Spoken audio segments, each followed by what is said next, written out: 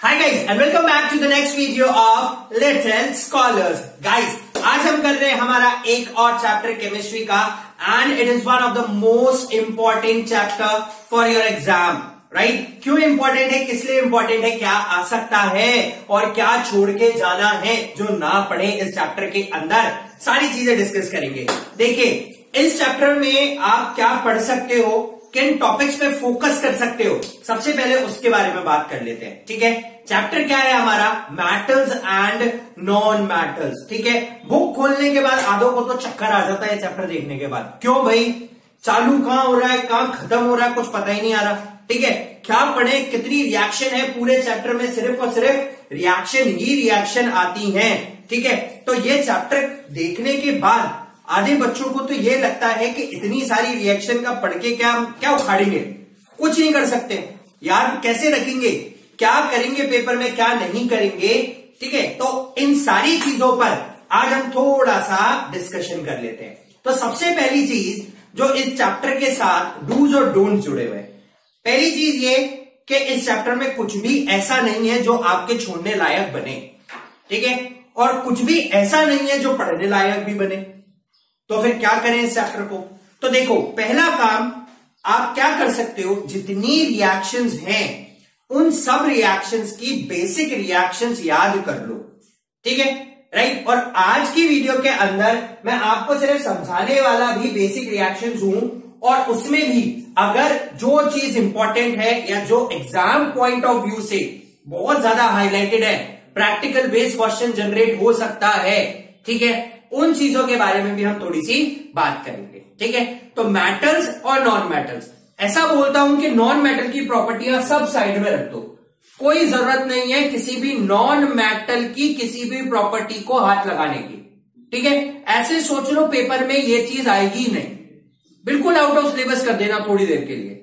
ठीक है, क्यों, क्योंकि आज तक जब तक क्वेश्चन आए हैं नॉन मेटल्स की प्रॉपर्टीज के ऊपर किसी ने भी बात नहीं करी है और इंपॉर्टेंट भी नहीं है, तो इसीलिए नॉन मेटल की प्रॉपर्टी को बिल्कुल अलग रख दो। एक प्रॉपर्टी काम की, उसके बारे में बात कर लेंगे।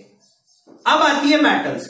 मेटल्स के अंदर भी आपका जो मेन फोकस रहेगा पूरे चैप्टर के अंदर, वो सबसे पहला फोकस रहेगा रिएक्शन विथ ऑक्सीजन के साथ। सबसे इंपॉर्टेंट फोकस इसके ऊपर रखना, इसके ऊपर प्रैक्टिकल बेस्ड क्वेश्चंस बहुत ही ज्यादा आ सकते हैं। Second topic that is what, electrolysis, इसके ऊपर फोकस रखना। जितने इलेक्ट्रोलिटिक प्रोसेसेस हैं सबके ऊपर आपको काम करना है, सबको पढ़ना है। Right, and the third most part, ये दो चीजें हो गई इसके बारे में। तीसरी चीज अब आती है मेटलर्जी। मेटलर्जी को कैसे याद रखना है ये हम इस वीडियो के एंड तक चलते चलते पढ़ लेंगे। क्या चीज याद रखनी है, क्या चीज नहीं रखनी है और कैसे याद रखनी है। मेटलर्जी रटनी नहीं है, जो मेटल को एलर्जी हो रखी है उसको रटना नहीं है, हम एक अलग कंसेप्ट के थ्रू जनरेट करेंगे उसको। ठीक है ना, तो चलिए हम आज की वीडियो स्टार्ट करते हैं। देखिए एलिमेंट्स को टोटल दो ब्रॉड फॉर्म्स में डिवाइड किया and out of that 80% are metals and rest are non metals. Metals वो जिनकी बहुत सारी प्रॉपर्टीज है, जो चमकता है, हीरा है सदा के लिए, दैट इज नॉन मेटल। ठीक है, diamond is a non metal, gold, silver, ये सारे मेटल की प्रॉपर्टीज के अंदर आते हैं। ठीक है, अब इस पे क्या आ सकता है, एक चीज ऐसा मेटल बताइए जो कि रूम टेम्परेचर पर लिक्विड हो।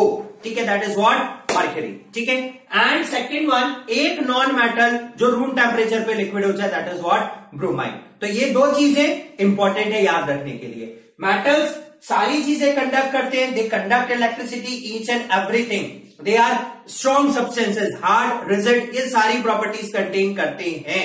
ठीक है, चलिए अब उसके बाद जरूरत पड़ी कि भाई हम मेटल्स और नॉन मेटल्स को कंबाइन करें और कुछ नए सब्सटेंसेस बनाएं।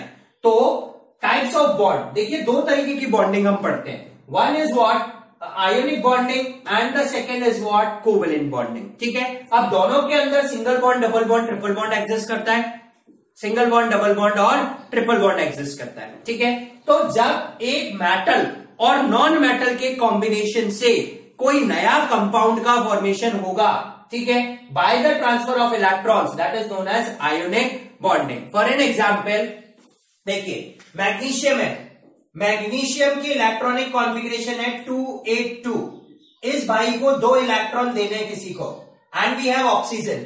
ऑक्सीजन की जो इलेक्ट्रॉनिक कॉन्फ़िगरेशन है दैट इज 2,6, और इसको कितने इलेक्ट्रॉन चाहिए?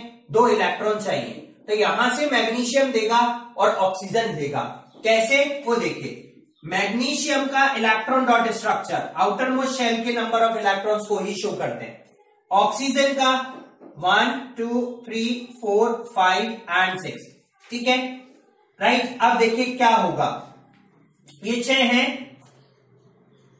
ये एक गया और ये भी एक ट्रांसफर होके चला गया, ठीक है।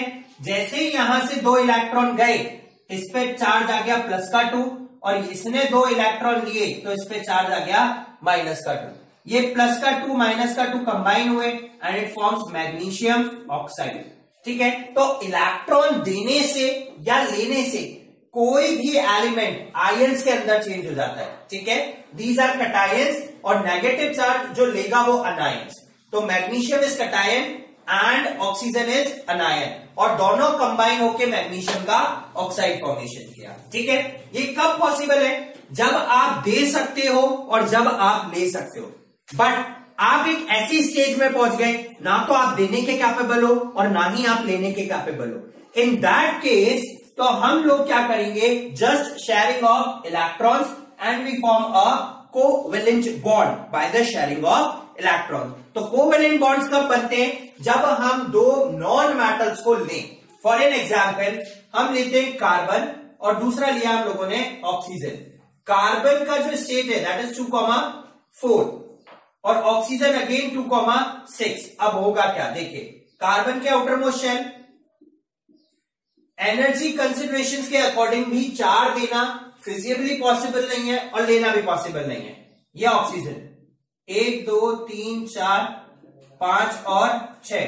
सिमिलरली 1 2 3 4 5 और 6। ये इलेक्ट्रॉन यहां पे और ये इलेक्ट्रॉन भी यहां पे डोनेट हो गया, ट्रांसफर हो गए।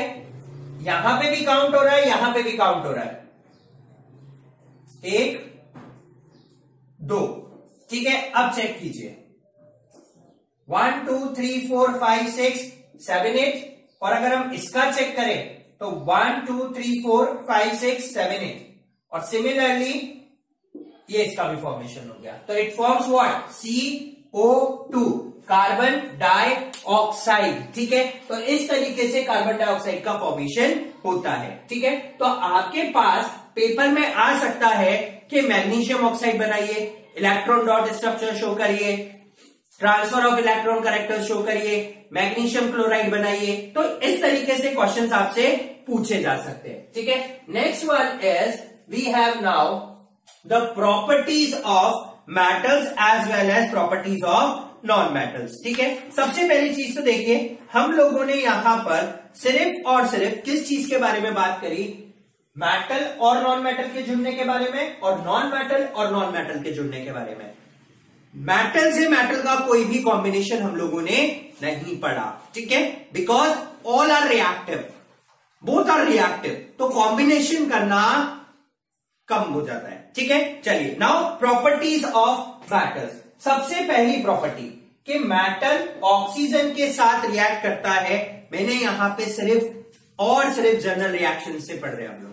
मेटल ऑक्सीजन के साथ रिएक्ट करेगा एंड इट फॉर्म्स मेटल की oxide which is basic in nature and it turns blue litmus to red, सही है, और रेड लिटमस टू ब्लू।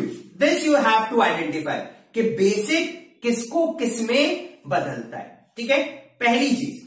दूसरी चीज ये कि जो मेटल है वो ऑक्सीजन के साथ, हर मेटल ऑक्सीजन के साथ सेम लेवल पर रिएक्ट नहीं करता।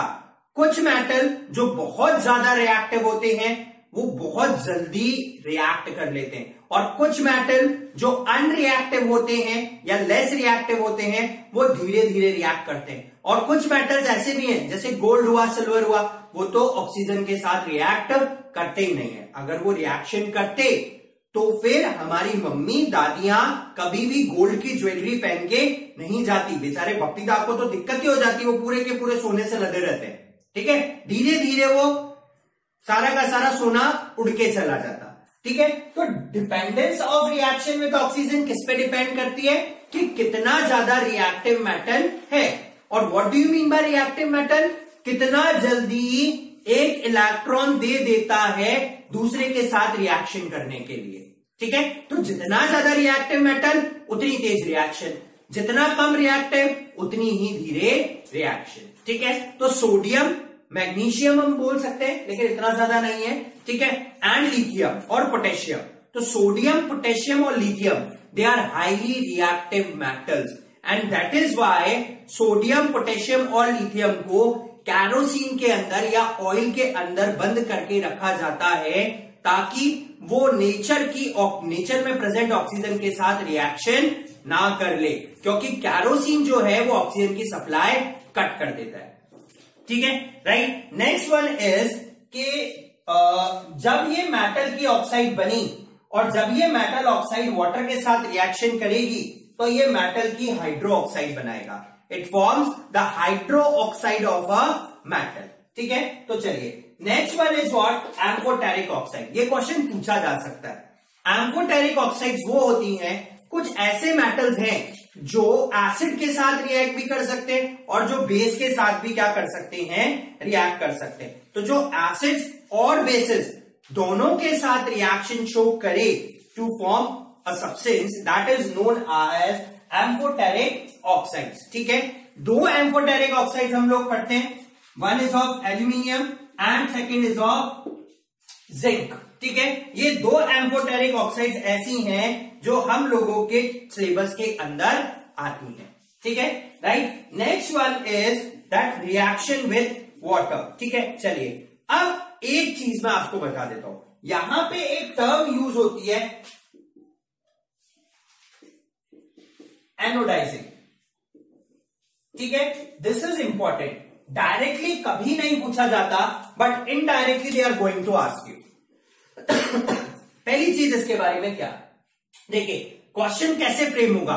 क्वेश्चन आएगा कि एल्यूमिनियम मेटल है, रिएक्टिव है, ऑक्सीजन के साथ भी रिएक्शन करके एल्यूमिनियम की ऑक्साइड बना लेता है, बट स्टिल हम लोग उसको यूटेंसिल्स की फॉर्म में यूज करते हैं। वाई? ठीक है, बहुत सारे ऐसे मेटल्स है जो रिएक्टिव है but still we are using it as a utensils, because हम लोग जब भी उन्हें यूटेंसिल्स की फॉर्म में यूज करते हैं हम उन मेटल्स के ऊपर एक मेटल की ऑक्साइड की लेयर चढ़ा देते हैं and this metal oxide layer is very less reactive, तो वो उस मेटल को उस सब्सटेंस से रिएक्ट नहीं करने देती और इस वजह से कोई भी पॉइजनस सब्सटेंस नहीं बन पाता। ठीक है, and it is also a phenomena of what, anodising.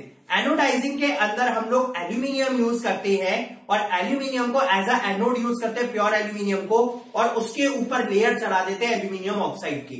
ठीक है, जिसकी वजह से वो क्या हो जाता है, लेस रिएक्टिव बन जाता है। ठीक है, next reaction is of reaction with water. अब रिएक्शन विद वाटर भी तीन तरीके से करी जाती है, कोल्ड वाटर, मीडियम वाटर और hot water, and the second one is steam. कुछ मेटल्स ऐसे हैं जो कोल्ड वाटर से भी रिएक्ट कर लेते हैं, हाई रिएक्टिव, वाटर को थोड़ा सा गर्म करना पड़ता है, दैट इज लेस रिएक्टिव और मॉडरेट रिएक्टिव। ठीक है, तो metal plus water give metal hydroxide and hydrogen gas. तो जब भी एक मेटल वाटर के साथ रिएक्ट करेगा it always replace hydrogen gas. ठीक है, तो एक चीज याद रखें कि जब भी इससे क्वेश्चन आए मेटल्स और नॉन मेटल से, आपको हमेशा हाइड्रोजन गैस ही बाहर निकालनी है। ठीक है, कौन सी गैस निकल रही है मेटल्स के अंदर, हाइड्रोजन गैस। ये पॉइंट टू बी नोट रखें, कहीं पर भी कार्बन डाइऑक्साइड नहीं निकलेगी। ठीक है, नेक्स्ट वन, कुछ मेटल्स ऐसे होते हैं जो गर्म पानी ठंडे पानी दोनों से रिएक्ट नहीं करते। ठीक है, या करते भी हैं बट उनका रिएक्शन स्टीम के साथ बिल्कुल अलग हो जाता है, भाप के साथ। जैसे मैग्नीशियम हॉट वाटर के साथ भी रिएक्ट करता है बट जब वो स्टीम के साथ रिएक्ट करता है तो वो एक अलग तरीके की रिएक्शन दिखाता है, मेटल प्लस स्टीम, मेटल की ऑक्साइड प्लस हाइड्रोजन गैस। तो इस तरीके से हम लोग मेटल की वाटर के साथ और मेटल की स्टीम के साथ रिएक्शंस क्या करते हैं, कैरिड आउट करते हैं। ठीक है, राइट, ओके। सिर्फ वही मेटल्स रिएक्शन कर सकते हैं किसके साथ, वाटर के साथ या स्टीम के साथ, which are more reactive than hydrogen. अगर लेस रिएक्टिव देन हाइड्रोजन है तो यहां पर डिस्प्लेसमेंट रिएक्शन परफॉर्म नहीं होगी। और मेटल्स के क्वेश्चन में मेनली या तो डिस्प्लेसमेंट रिएक्शन यूज हो रही है या फिर यहां पर ऑक्सीडाइजिंग वाली यूज हो रही है। ठीक है, तो ये भी ध्यान रखें दो चीजें। Next is what, reactions with acids. Metal reaction कब करता है एसिड के साथ? देखिए, एसिड टूटने के बाद H+ आयन देता है, और वो मेटल जो हाइड्रोजन से ऊपर है रिएक्टिविटी सीरीज के अंदर, ठीक है, सिर्फ वही हाइड्रोजन को क्या कर सकते हैं, डिस्प्लेस कर सकते हैं, और क्लोरीन के या क्लोराइड के या सल्फाइड के सल्फेट्स बना सकते हैं, मेटल सल्फेट्स बना सकते हैं, सॉल्ट बना सकते हैं। ठीक है, अदरवाइज कोई और मेटल जो हाइड्रोजन से नीचे है वो कोई सॉल्ट नहीं बनाएगा और रिएक्शन नहीं होगी। For an example copper. ठीक है, देखिए, metal plus dilute acid gives metal की क्लोराइड सॉल्ट होगा, अगेन विथ हाइड्रोजन गैस। ठीक है, next is what, metal with dilute sulphuric acid, metal के सल्फेट्स बनेंगे और हाइड्रोजन गैस बनेगी। ठीक है, next, that is most important point, reaction with nitric acid HNO3। हमने ये जनरली देखा है कि जब भी HNO3 नाइट्रिक एसिड के साथ किसी की भी रिएक्शन करी जाती है तो ऑक्साइड तो बनती है, लेकिन साथ में वाटर बन जाता है, हाइड्रोजन गैस नहीं बनती।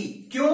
Because HNO3 is oxidising agent and a good oxidising agent. तो जैसे उसको पानी कहीं खाली, हाइड्रोजन कहीं खाली दिखी, वो अपने आप से ऑक्सीडाइज होके उसको एक ऑक्सीजन पकड़ा देगा और खुद रिड्यूस हो जाएगा N2O, NO या NO2 के अंदर। इस तरीके से क्या करता है, ये रिएक्शन करता है। तो गुड ऑक्सीडाइजिंग एजेंट होने के नाते ये वाटर को अकेला नहीं छोड़ता और उससे जाके साथ में क्या कर लेता है, जुड़ जाता है। ठीक है, इसीलिए जब भी HNO3 के साथ रिएक्शन होती है तो हम लोगों को वाटर मिलता है instead of hydrogen gas, and this NO reduces to dinitrogen oxide, nitrogen oxide and NO2, nitrogen monoxide also. ठीक है, next one is aqua regia। ये वन वर्ड के अंदर आ सकता है, that what do you mean by aqua regia? Aqua regia is a special type of a solution which can dissolve gold and platinum। सिर्फ aqua regia के पास ही ये property होती है कि वो गोल्ड और प्लैटिनम को डिसॉल्व कर सकता है। बाकी कोई ऐसा सोल्यूशन नहीं है जिसमें गोल्ड और प्लैटिनम डिसॉल्व हो जाए। It is a freshly prepared solution of HNO3 and HCl in the ratio of 1:3, that is known as aqua regia। ठीक है, right? And it can dissolve what? Gold and platinum। Next is what? Reaction with salt। ठीक है, again जब भी reaction with salt होगी तो किस तरीके की होगी, डिस्प्लेसमेंट वाली होगी, पहली चीज तो। और दूसरी चीज क्या, सिर्फ हाई रिएक्टिव मेटल ही लेस रिएक्टिव मेटल को वहां से क्या कर सकता है, डिस्प्लेस कर सकता है। ठीक है, ये रिएक्शन हमें सिर्फ और सिर्फ वहीं पर देखने के लिए मिल सकती है। ठीक है, जैसे मेटल ए लिया, हमने लिया Zn plus CuSO4। Now Zn is more reactive than copper, तो क्या होगा, ZnSO4 प्लस Cu। ठीक है, इस तरीके की हम लोगों को रिएक्शन देखने के लिए मिलेगी। ठीक है ना, अब हम एक चीज देखते हैं, that copper sulphate solution is blue in colour, but जब जिंक सल्फेट बना इट इज कलरलेस। ठीक है, और कॉपर का जो कलर है it becomes what, red brown colour. ठीक है, तो ये एक तरीके से रिएक्शंस को भी शो कर रहा है। और आप ये भी ध्यान रखें कि किसका कलर कौन सा है और कौन सा नया कलर बन रहा है। ठीक है, कुछ ही स्पेसिफिक रिएक्शंस के अंदर है और ये एग्जाम के लिए बहुत ज्यादा इंपॉर्टेंट है। ठीक है, तो it shows displacement reaction, but कब, when there is high reactive matter. Okay, next is what, reaction with hydrogen. तो जब भी एक मेटल हाइड्रोजन के साथ रिएक्ट करता है इट फॉर्म्स मेटल हाइड्राइड। हमेशा क्या बनाएगा, मेटल की हाइड्राइड फॉर्मेशन करेगा। ठीक है, तो ये हुई हमारी सारी की सारी किसकी प्रॉपर्टीज खत्म, मेटल्स की। अब नॉन मेटल्स के अंदर कुछ ही प्रॉपर्टीज हैं। ठीक है, property number 1, reaction with oxygen, and this is most important. जब भी एक नॉन मेटल ऑक्सीजन के साथ रिएक्ट करेगा तो वो उसकी ऑक्साइड्स बनाता है, which are acidic or neutral in nature and which turns blue litmus to red or no change in case of neutral. ठीक है, one thing. Second thing, ये ऑक्साइड कब बनाता है? जब, ठीक है, जब sufficient supply of oxygen हो. For an example, carbon plus oxygen give carbon dioxide, but in case of insufficient oxygen it forms carbon monoxide which is a harmful gas. ठीक है. Second one, reaction with water. There is no reaction with water except सिर्फ उन metals, non metals के case में which are more reactive than water. Carbon ही एक ऐसा non metal है which is more reactive than water. ठीक है, अदरवाइज कोई भी मेटल ऐसा नहीं है जो हाइड्रोजन से ज्यादा रिएक्टिव हो और हाइड्रोजन को डिस्प्लेस कर सके, तो इसीलिए कोई रिएक्शन नहीं होगा. Reaction with acids, again acids are high reactive, तो यहां पर भी कोई रिएक्शन नहीं है. Reaction with salt solution, particularly वही सॉल्ट सॉल्यूशंस के साथ रिएक्शन होगी जहां पर डिस्प्लेसमेंट परफॉर्म हो सकता है. We have an example for this, sodium bromide plus chlorine NaBr plus Cl2 gives sodium chloride plus bromine. ठीक है, right. Again this is a non metal. ठीक है ना.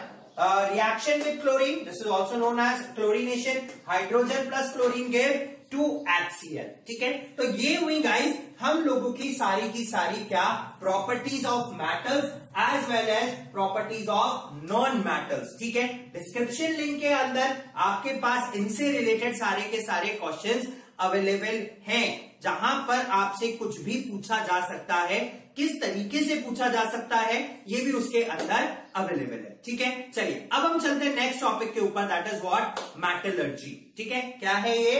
मेटल के अंदर होने वाली एलर्जी. तो अब हमारा लास्ट टॉपिक बचा है मेटलर्जी. देखिए, मेटलर्जी आई थिंक आप सबको पता है कि मेटलर्जी क्या होती है, गैंग क्या होती है, ओर्स क्या होती है. ठीक है, स्लग क्या होता है, ये सारी चीजों से हम लोग अवेयर हैं, राइट. तो हम लोग डायरेक्ट चलते हैं किसके ऊपर? एक्सट्रैक्शन ऑफ मेटल्स के ऊपर. तो बहुत सारे प्रोसेस हैं. पहले मेटल्स को साफ करना, कंसंट्रेटेड बनाना, ऑक्साइड्स में कन्वर्ट करना और फिर प्यूरिफिकेशन करना और उसके बाद रिफाइनिंग करना. ये सारे प्रोसेस है हमारे मेटलर्जी के अंदर. मेटलर्जी बेसिकली मेटल के अंदर से सारी की खराब चीजें हटाना और to get a pure metal, that is known as metallurgy. अब जिस तरीके का मेटल उस तरीके से हम लोग उसके अंदर से इंप्योरिटीज को रिमूव करेंगे, राइट. तो जिस तरीके का मेटल होगा उस तरीके से इंप्योरिटीज रिमूव करी जाएंगी. तो हमारे पास इस ऑर्डर में टोटल 3 मेटल्स है, 3 तरीके के.